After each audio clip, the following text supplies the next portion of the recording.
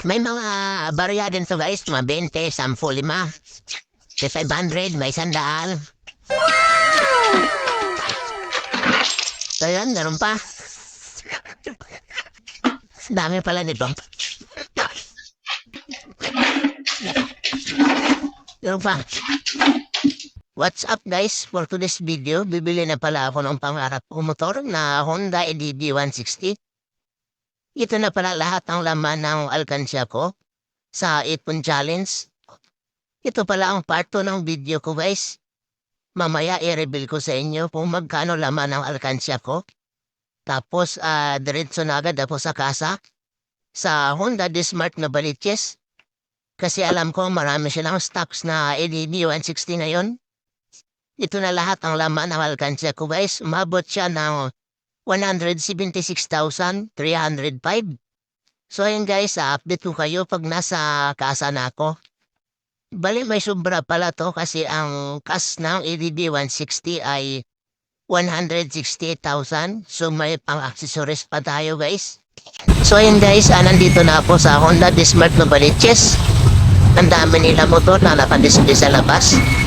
Siyempre, silipin na natin agad ang Honda EDV 160. Bali, 2 colors pala ang available nila. Black at saka white. Grabe, ang ganda ng EDV 160 guys.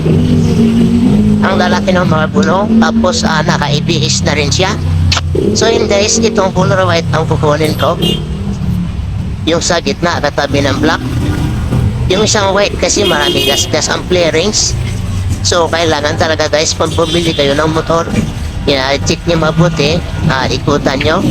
Kasi once may gas-gas siya, tapos sa bahay mo na lang napansin, hindi na siya pwede palitan o ibalik. So, mas maganda, dito pa lang na-check na natin.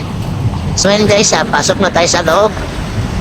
Ang ganda pala ng Winner X150 guys, natanaw ko na agad kahit nasa dulo siya. Ang ganda kasi ng color combination niya. Silipin muna natin guys ang Winner X bago natin bayaran ng EDV 160. Grabe, ang ganda niya guys. Naka-gold marks na siya. Tapos ganda pa ng kulay.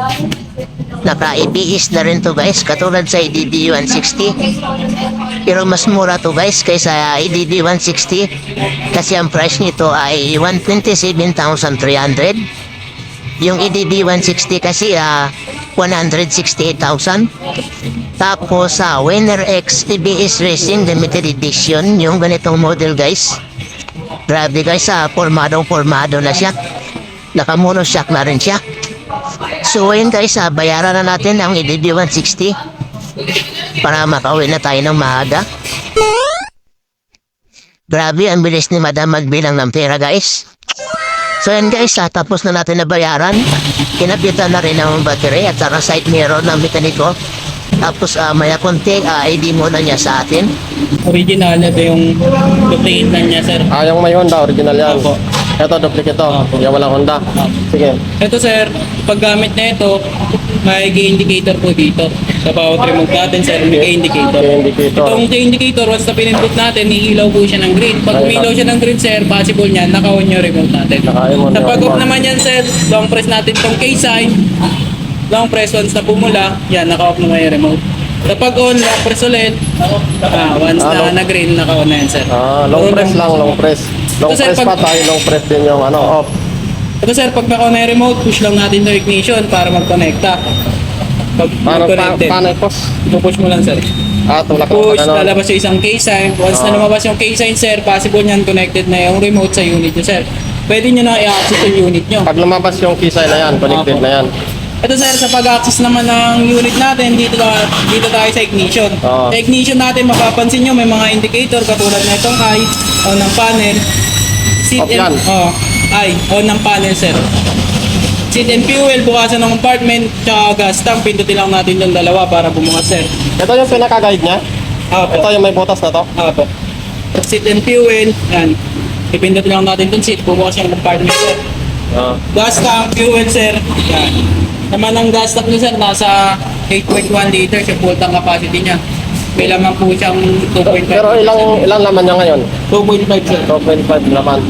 So ito na ang unit natin guys. Pinarawas nila kasi nga medyo balik na po. So, iuwi na natin to. Let's go. So, yun lang guys. Maraming salamat. Peace out.